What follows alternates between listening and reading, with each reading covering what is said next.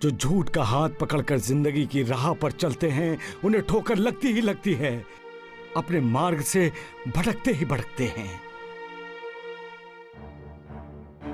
मेरे सभी साईं भक्त को दिल से ओम साईं राम। अभी जो मेरे साईं की संदेश सुन रहे हैं, मैं प्रार्थना करती हूँ मेरी साईं उनकी सारी मनोकामना पूरा करे।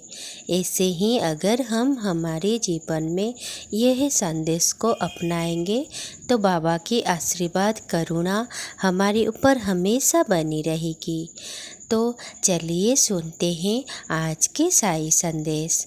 हाँ, अगर ये साईं संदेश आपको अच्छी लगेगी तो प्लीज़ मेरे चैनल को सब्सक्राइब करोगे, लाइक करोगे और अपने दोस्तों के साथ शेयर करोगे। चलिए सुनते हैं आज के दिन में बाबा हमको कौन सी संदेश दे रहे हैं, क्या शिक्षा दे रहे हैं। ओम जय साईं राम। उन्नति की दिशा में जाना हो तो अधोपतन की दिशा में चल पड़ते हैं। झूठ नकली फूलों की तरह आकर्षक और मोहक लगता है और इंसान उसकी तरफ तुरंत आकर्षित भी हो जाता है। लेकिन जो ज्ञानी होते हैं वो सच का हाथ पकड़कर ही अपनी जिंदगी की राह पर चलते हैं, क्योंकि उस रास्ते पर सच की दिव्य सुगंध उसका साथ देती रहती है। इतना प्यार करते हो मुझसे, बातें प्यार की करते हो लेकिन बोलते नफरत से हो। जिंदगी नफरत से नहीं जी जाती मेरे बेटे। फकीर, साधु, सन्यासी के पास हीरे जवाहरात नहीं होते, उनके पास सिर्फ आशीर्वाद होते हैं। आशीर्वाद। ना मैं कभी झूठ बोलता हूँ, ना ही कभी झूठ का सहारा लेता हूँ। मेरी झोली में हीरे जवाहरात, ये भी तुम्हारा वहम है। तुम सच नहीं समझ सकते क्योंकि तुम झूठे हो। सच्चाई को अगर जानते होते तो तुम्हें पता होता कि मेरी झोली में हीरे जवाहरात नहीं होंगे। अरे मालिक वाह, तुम्हारा बनाया हुआ इंसान दूसरों को जानने के बाद उसकी जान भी लेता है।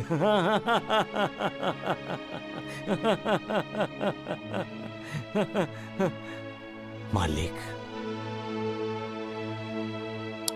तुम्हारे इंसान की जान की कीमत क्या है? सोना चांदी हीरे मोती। लेकिन जान देने के बाद इंसान के लिए सोना चांदी हीरे मोती रुपए पैसों का क्या महत्व है? हाँ, इंसान कब समझेगा कि हीरे मोती नहीं, तुम्हारी भक्ति ही इंसान को परम धाम के दर्शन कराएगी। लोग मुझे पागल कहते हैं। किसके लिए काम कर रहे हो तुम? ये पाप किसके लिए? खून खराबे से, हत्या से कोई भी परिवार खुश नहीं होता। हर कोई दुआ चाहता है, बद्दुआ नहीं।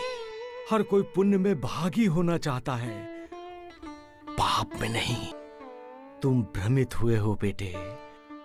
जाओ जाकर अपने बीवी बच्चों से पूछो, क्या वो तुम्हारे पाप में भागी बनेंगे? तुम्हारे जैसे कायर जिंदगी से डरते हैं, जिंदगी से दूर भागने की कोशिश करते हैं और अपने साथ अपने पूरे परिवार को घसीट ले जाते हैं। जब तुम दूसरों पर विश्वास करोगे तभी तो दूसरे तुम पर विश्वास करेंगे। देख लिया मालिक, तुम्हारा इंसान कैसे करता है, कैसे दूसरों का उपहास करता है। वो ये जानता ही नहीं कि भूखे प्यासों की भूख प्यास मिटाने का अर्थ है तुम्हारी पूजा करना। खुद न खाकर दरवाजे पर आए हुए अतिथि को खाना खिलाने का अर्थ है तुम्हारी भक्ति करना। वो जानता नहीं कि विनम्रता से बोलने का मतलब है तुम्हारी स्तुति करना।